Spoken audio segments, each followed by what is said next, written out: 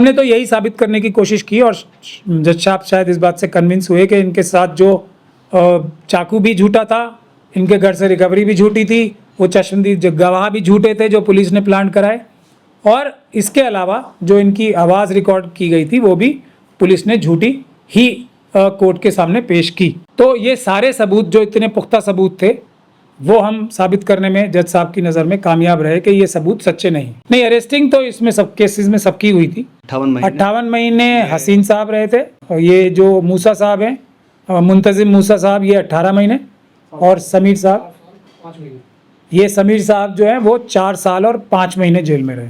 अब देखिए ये इनके साथ कितना बड़ा अन्याय हुआ है कि इन्हें इतने लंबे अरसे तक जेलों में रहना पड़ा है। जो क्लाइंट्स हैं उनके ऊपर ही निर्भर करता है कि क्या वो इसके खिलाफ आगे कानूनी कार्रवाई करना चाहेंगे कि इन्हें झूठा फंसाया गया, और जो इनका इतना नुकसान हुआ है, जो इनके करियर का नुकसान हुआ है, जो इनकी रेपुटेशन का नुकसान हुआ है, और जो पूरे समाज के इनका नुकसान हुआ है, क्या ये उसके लिए हर्जाना कुछ चाहेंगे या नहीं चाहेंगे, ये तो अभी हमने इनसे बात नहीं की है, ये इनके ऊपर ही है। अगर वैसा चाहेंगे तो वो भी कार्रवाई कानूनी रूप से तो बनती ही है।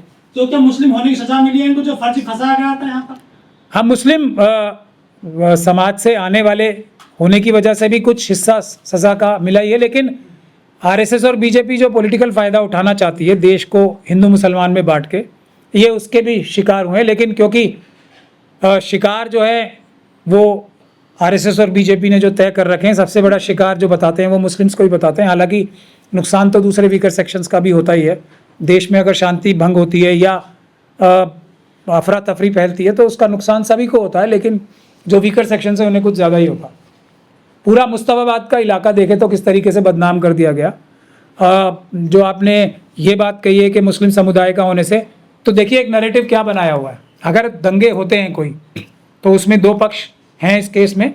ये पुलिस का भी केस है और अदालतों के सामने भी यही केस है। एक तरफ मुस्लिम पक्ष बताया जाता है और एक तरफ हिंदू पक्ष बताया जाता है। हालांकि हिंदू पक्ष की जगह मुझे ऐसा लगता है कि आरएसएस और बीजेपी के वर्कर्स ही ज़्यादातर थे जो इन्वॉल्व थे इस सब चीज़ों में, और कुछ भ्रष्ट पुलिस अधिकारी। कपिल मिश्रा साहब का नाम तो आता ही रहता है, इस केस में भी आया उनका नाम। तो एक तरफ वो थे और दूसरी तरफ एक मजलूम कम्युनिटी, मुस्लिम जो वीकर सेक्शन है वो थी। लेकिन मज़ेदार बात या इंटरेस्टिंग बात ये है कि 53 लोगों को मरना बताया जाता है इसमें, 40 से ज़्यादा मुस्लिम समुदाय से आते थे।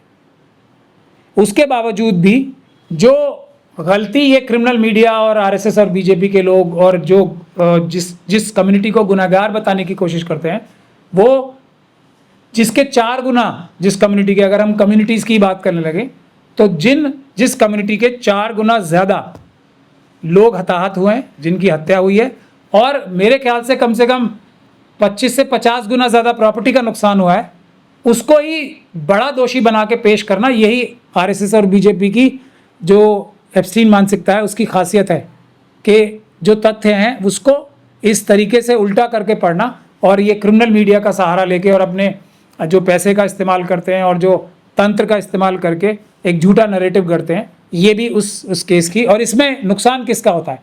तो असली मुलजिम जिन्होंने मर्डर किया होगा, जो कि अच्छे से इन्वेस्टिगेशन होती तो अंकित शर्मा के भी असली जो कातिल थे पकड़े जाते। असली नुकसान किसका हुआ? मुस्लिम कम्युनिटी के लोगों का भी हुआ और हिंदू कम्युनिटी के लोगों का भी हुआ, क्योंकि बेगुनाह लोगों को फंसाया गया और जो जुर्म करने वाले थे उनको बचाया गया। अभी तो जजमेंट आए हुए भी कुछ, अभी हमें 1 घंटा भी नहीं हुआ है, तो अभी हम इनसे सलाह मशवरा करेंगे। अगर इनकी ऐसी इंस्ट्रक्शंस होंगी हमें तो ये काम करेंगे ही। हमने इस जो एविडेंस जो हमने जिरा की थी उसमें साबित करने की कोशिश की है और काफ़ी हद तक हम कामयाब भी हुए हैं कि बड़े बड़े सीनियर पुलिस ऑफिसर्स ये झूठे सबूत करने में इन्वॉल्व थे। 23 तारीख को इसमें सजा सुनाई जाएगी ताहिर हुसैन साहब को, बाकी 5 अन्य हैं इसमें जो आरोपी हैं। तो क्या लग रहा है उनका पॉलिटिकल कैरियर किस तरह देखते हैं सर आप ताहिर हुसैन साहब का? देखिए, अब ये बात उनके वकीलों से ही पूछी जाए, क्योंकि ये हत्या का मुकदमा है। हालांकि इसमें जो कॉन्स्पिरेसी का केस किसी के लिए भी प्रूव नहीं हुआ है, लेकिन फिर भी हत्या का मुकदमे में ज़्यादा से ज़्यादा सज़ा फांसी की होती है और कम से कम सज़ा हत्या के मुकदमे में उम्र कैद होती है। तो उसके बाद अभी तो ताहिर हुसैन साहब हो या कोई भी हो देश में जिसको 2 साल से ज़्यादा की सज़ा हो जाती है और वो अगर स्टे नहीं हो जाती हाई कोर्ट से, तो वो कोई भी इलेक्शन लड़ने के योग्य नहीं रह जाते, क्योंकि वो डिस्क्वालीफाई हो जाते। नहीं, आरोप तो देखिए वही था कि अंकित शर्मा को सब लोगों ने मिलके कॉमन ऑब्जेक्ट के तहत, हालांकि चार्जेस तो कॉन्स्पिरेसी के भी थे, हत्या की और बहुत ही निर्ममता से हत्या की, क्योंकि बहुत सारे घाव उनकी बॉडी पे मिले थे। हत्या करके इनको वो नाले में उनका शव फेंक दिया। ये इन सब के ऊपर कॉमन ही एलिगेशंस थे। बुनियादी तौर पे तो यही है। ये जजमेंट ही बताती है कि सबूत पेश किए जो गए थे वो तो गवाह थे, जो चश्मदीद गवाह थे एक। उसके अलावा ये भी सबूत पेश किया गया था कि जो वेपन था, चाकू जो था जिससे हत्या करनी बताई थी, वो भी रिकवर किया था। वो कपड़े भी जो पहन रखे थे उस समय, वो भी इनके घर से रिकवर करने बताए थे, और उसमें खून भी बताया था, चाकू पे भी और कपड़ों पे भी। उसके अलावा एक फ़ोन पे एक फ़ोन कॉल भी बताई गई है जिसमें इन्होंने अपना एक बाले जुर्म एक तरह से किया था अपने किसी मिलने वालों से फ़ोन पे। वो भी पुलिस ने किसी तरीके से इंटरसेप्ट करना बताया था। और इसके अलावा चश्मदीद गवाह तो थे ही जिन्होंने इन्हें देखा। लेकिन ये सारे इल्ज़ामात, देखिए इसमें इन्वेस्टिगेशन पूरी ताकत लगा के की गई होगी और पब्लिक प्रोसिक्यूटर साहब ने भी पूरी ताकत लगाई होगी, इसमें तो किसी को कोई शक नहीं है। लेकिन ये सारे सबूत जो एक तरीके से देखा जाए तो बहुत ही पुख्ता सबूत नज़र आते हैं। तो और प्रोसिक्यूशन और पुलिस की तरफ से भी पूरी ताकत लगाई गई थी कि उसके बावजूद भी अगर ये लोग बरी होते हैं तो ये इस बात की तरफ सीधा सीधा इशारा है कम से कम कि ये लोग बेगुनाह थे और ये सारे सबूत झूठे इनके खिलाफ पेश किए गए थे। अदरवाइज़ ऐसा नहीं होता तो इतने सबूत सज़ा दिलाने के लिए काफ़ी होते हैं। अगर जज साहब ने इन सबूतों पे जो मैंने आपको बताया, चश्मदीद गवाह, एक्स्ट्रा जुडिशल कन्फेशन, यानी कि वो भी सज़ा करने के लिए काफ़ी होती है। अगर अदालत के सामने या किसी पुलिस के अलावा किसी के सामने कोई अगर बात अपने इकबाल जुर्म किया जाए तो वो काफ़ी होता है सज़ा कराने के लिए। और अगर जो वेपन ऑफ ऑफेंस है, इस केस में चाकू और कपड़ों पे भी अगर खून बरामद हो जाए और वो भी घर से हो जाए तो ये सज़ा करने के लिए इनमें से एक ही चीज़ काफ़ी हो सकती है, एक ही चश्मदीद गवाह भी काफ़ी हो सकता है। लेकिन क्योंकि ट्रायल के दौरान, जिरा के दौरान ये सारे सबूत ऐसे नहीं पाए जज साहब ने जिन पे यकीन किया जा सके, यानी कि ये झूठे पाए गए, इसीलिए ये बरी। हमारे जो गृह मंत्री हैं अमित शाह साहब, दिल्ली दंगों के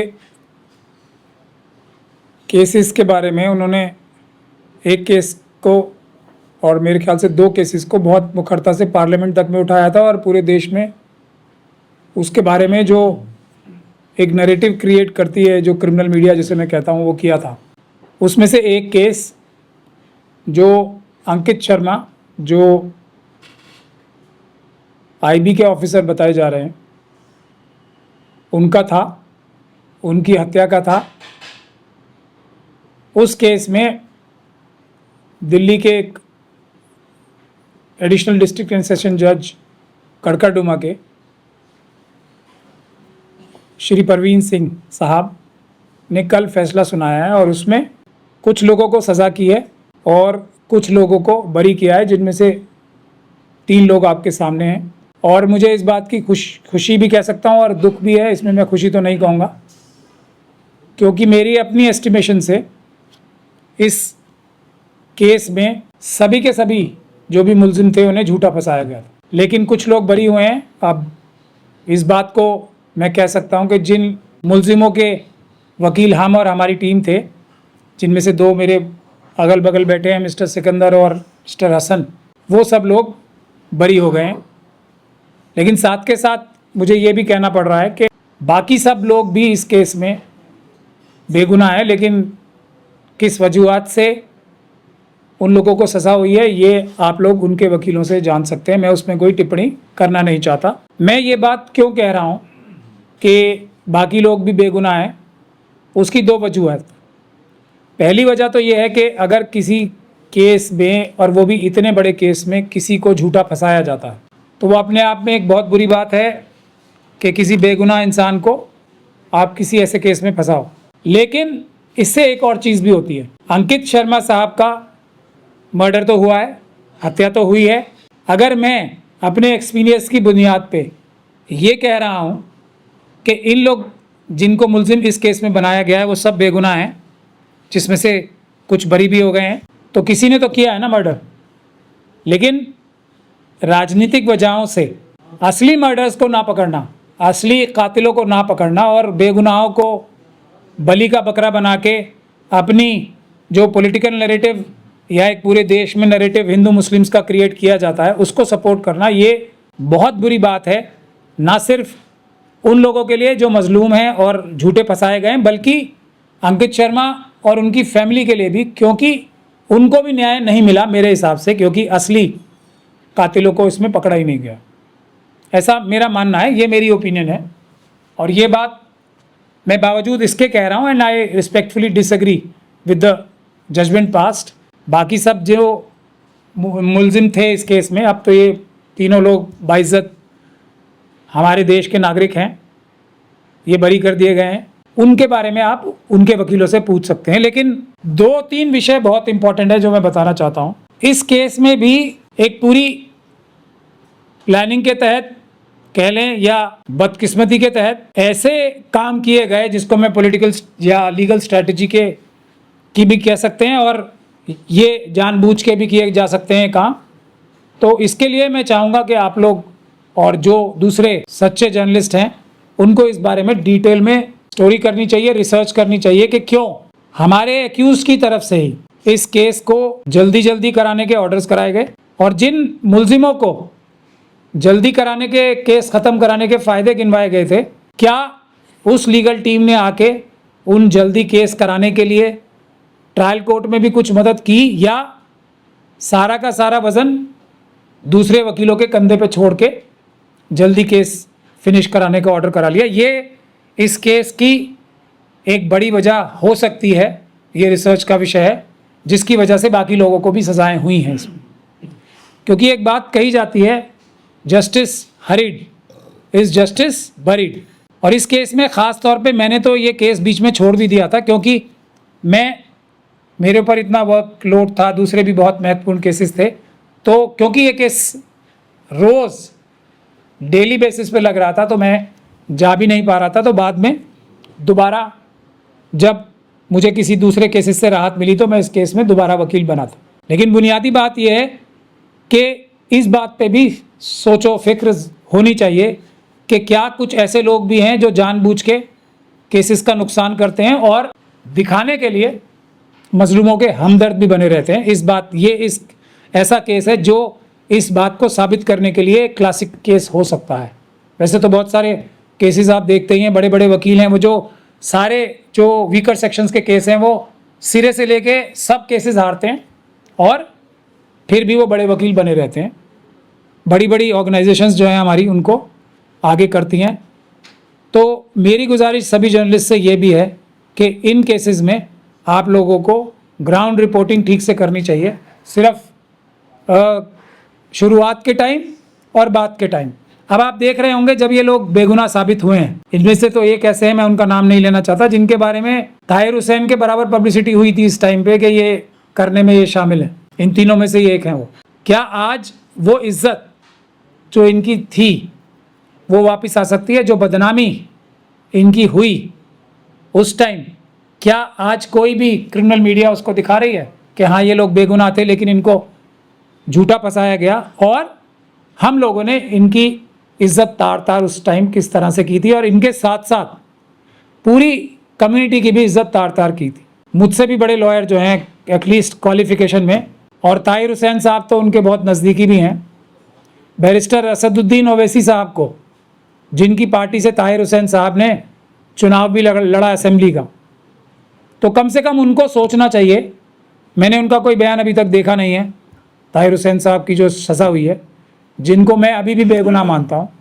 मेरा ओपिनियन है, मैं इस जजमेंट की क्रिटिसिज्म लिख सकता हूँ क्यों ये गलत है, लेकिन वो मेरा काम नहीं है, ये उनके लॉयर्स का काम है। लेकिन असदुद्दीन ओवैसी साहब को ज़रूर, क्योंकि वो बैरिस्टर हैं, टेक्निकली तो वो मुझसे बड़े वकील हैं, तो उन्हें गाउन और कोट पहन के, शॉर्ट कोट पहन के ताहिर हुसैन साहब के लिए अपीयर होना चाहिए, क्योंकि वो तो उनकी पार्टी के मेंबर भी हैं और उनकी पार्टी को उन्होंने काफ़ी शोहरत भी मुहैया कराई थी जब उन्होंने इलेक्शन लड़ा था। ये एक दीगर बात है कि उससे क्षेत्र के लोगों का भी नुकसान हुआ और पॉलिटिकली भी आरएसएस और बीजेपी को फ़ायदा हुआ।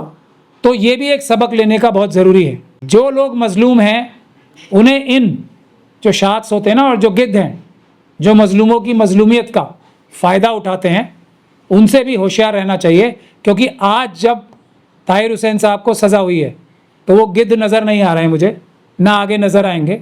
ये भी इस केस का एक इम्पॉर्टेंट मैसेज है। ये दोनों मैसेज बहुत इम्पॉर्टेंट है कि जो आवाम है वो इन केसेस को ख़ास तौर पे बहुत नज़दीकी से देखे। जो जर्नलिस्ट हैं अच्छे उनको भी इन केसेस को नज़दीकी से देखना चाहिए कि बेगुनाह फंसते हैं जब तो गुनहगार बचते भी हैं, और इस केस में भी वैसा ही हुआ है। अब मैं उम्मीद करता हूं कि हाई कोर्ट में ये केसेस अच्छे से लड़े जाएंगे। हालांकि कल मैंने पब्लिक प्रोसिक्यूटर साहब का एक लंबा इंटरव्यू ANI में देखा था। उन्होंने कहा है कि ये जो लोग बरी हुए हैं उनके खिलाफ भी अपील में जाएंगे, तो अच्छी बात है। हम लोग हाई कोर्ट में भी जो हमारे क्लाइंट्स होंगे उनकी हिफाजत के लिए मजबूती से काम करेंगे।